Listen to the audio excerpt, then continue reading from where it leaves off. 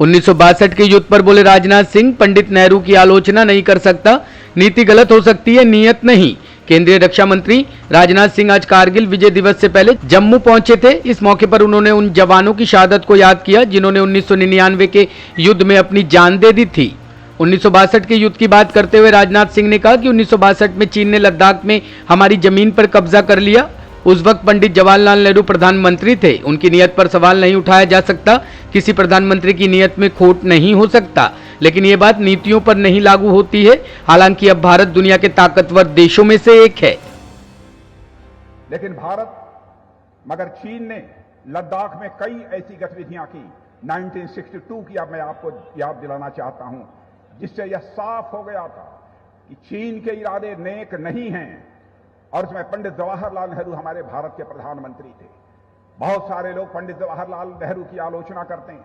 मैं भी एक विशेष राजनीतिक दल से आता हूं। मैं भारत के किसी भी प्रधानमंत्री की आलोचना नहीं करना चाहता और किसी प्रधानमंत्री की नीयत पर मैं कोई सवालिया निशान भी नहीं लगाना चाहता हूं, क्योंकि मैं जानता हूं नीयत में किसी की खोट नहीं हो सकता है। नीतियों को लेकर विवाद हो सकता है, नीतियों को लेकर तो हम आलोचना कर सकते हैं, लेकिन किसी की नीयत के ऊपर मैं कोई सवालिया निशान नहीं लगाना चाहता।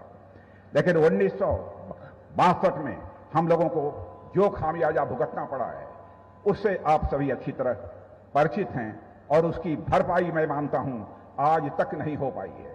लेकिन आज भारत जिस तेजी से साथ आगे बढ़ रहा है, और आज मैं रक्षा मंत्री होने के नाते डंके की चोट पर कहना चाहता हूं बहनों भाइयों, भारत अभी हमारा कमजोर भारत नहीं रहा है। भारत अब दुनिया का ताकतवर देश बनता जा रहा है।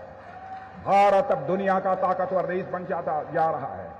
आपकी मुराद आज नहीं तो कल पूरी होगी, इस भरोसे और विश्वास के साथ हर भारतवासियों को अपने मजबूत दमखम के साथ खड़े रहने की आवश्यकता है। मैं ऐसा मांगता हूं।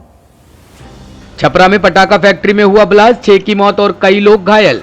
बिहार के छपरा से एक चौंकाने वाली खबर सामने आई है। खबर है कि यहाँ एक बिल्डिंग में बम विस्फोट हुआ है, जिसमें वो ध्वस्त हो गई है। इस घटना में 6 लोगों की दर्दनाक मौत हो गई है और कई लोग इस दौरान घायल हो गए हैं। इस घटना के बाद इलाके में चीख पुकार और अफड़ा तफड़ी मच गई है।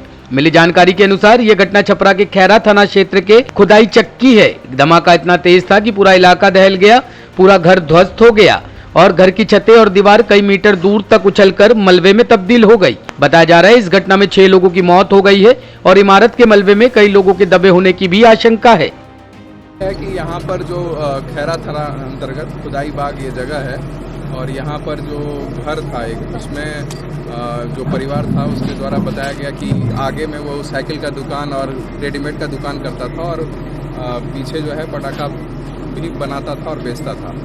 तो इसी में आज जो है उसमें आग लग गई और विस्फोट हुआ। इस क्रम में हो सकता है कि पटाखे के साथ साथ सिलेंडर वगैरह भी विस्फोट हुआ, क्योंकि काफ़ी जो देखने से ये पता चल रहा है कि पूरा का पूरा मकान जो है उसका नीचे गिर गया है और मलबा भी उसमें है। अभी तक में जो है 3 डेड बॉडी को उसमें से निकाला जा चुका है। कुछ लोग घायल होने की भी सूचना थी, जिसको कि अस्पताल भेजा गया है। बाकी मलबा निकलने के बाद हो सकता है कि और भी कुछ लोग हो सकते हैं, जिसको कि अभी दिख नहीं रहा है, वो जेसीबी से हटाया जा रहा है, उसके बाद पता चलेगा। सर, लगातार अवैध पटाखा निर्माण में 1 महीना पहले भी एक महिला की मौत हुई थी।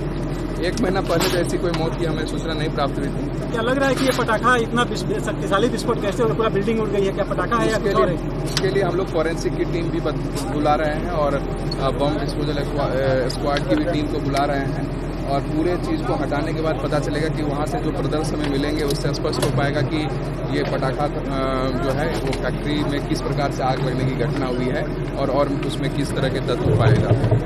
आगे सर ऐसी घटना नहीं होती तो पुलिस क्या पास लाइसेंस है क्या पटाखा बनाने का? ये सारा चीज़ हम लोग यहाँ पर पता लगा रहे हैं कि ये बना रहे थे तो वो अवैध तरीके से बना रहे थे कि अनुज्ञप्तिधारी थे, और इन चीज़ों का पता लगा करके आवश्यक कानूनी कार्रवाई की जाएगी।